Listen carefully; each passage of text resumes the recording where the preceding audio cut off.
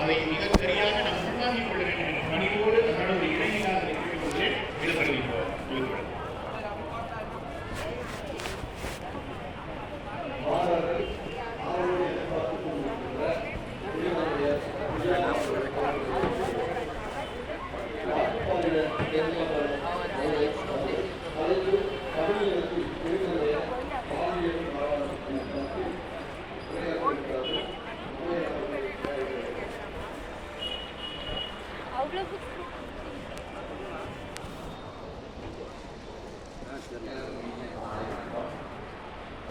ரொம்ப அருமையான ஒரு மேடை, ஒரு அருமையான நிகழ்வு.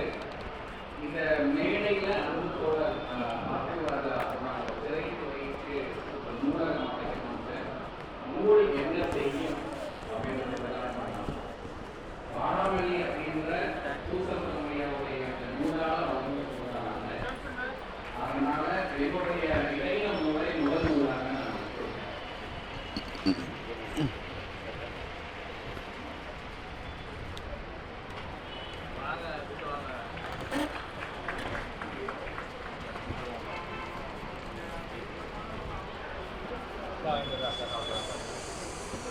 திருப்பத்தூர் புத்தகத்தின் விழா நிகழ்ச்சி ஏற்பாடுகளுக்கு மாமாத நன்றிகள்.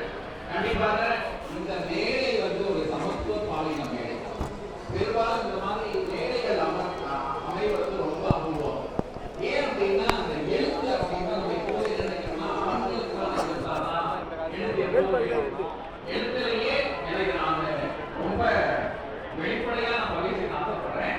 எழுத்து அப்படின்னாலே ஆண்கள் தான் எழுத முடியும் அப்படின்ற ஒரு காலம் இருந்தது. இப்பவும் அப்படிதான் இருக்குது. நிறைய இயக்கங்கள் இருந்து வெளியில வந்ததுனால அந்த ஒவ்வொரு வெளிப்பாடாக நான் போயிருக்கேன். அதுக்கப்புறம் இந்த பெண்கள் எழுத வந்தாங்க. ஆனா அப்ப எழுத வந்த பெண்களுக்குமான இடம் இருக்குதா அப்படின்னு எழுத்தாளர் கூடிய பெண்களை கேட்டா தெரியும் எவ்வளவு தூரம் பெண் எழுதுவதற்கான இடங்கள் இருக்குது. இதுல சமூகத்துடைய பிரிவில் இருக்கக்கூடிய இந்த மாற்றப்பாடுகளை மக்களுக்கான இடம் இருக்குதா அப்படின்னா இல்லை.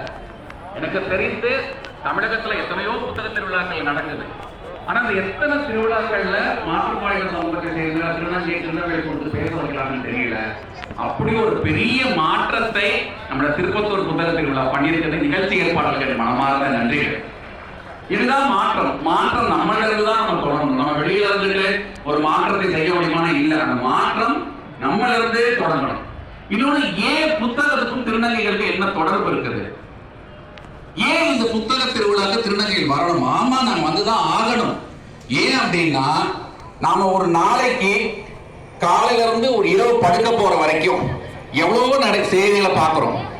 ஆனா ஒரு காகிதம் இல்லாம நம்மளால ஒரு நாள் நகருமா அப்படின்னா இல்ல. மனிதனை எடை போடுவதற்கு தேவையான நோட்டுன்னு சொல்றோம்ல, அது கூட ஒரு காகிதம் தான். இப்ப எனக்கு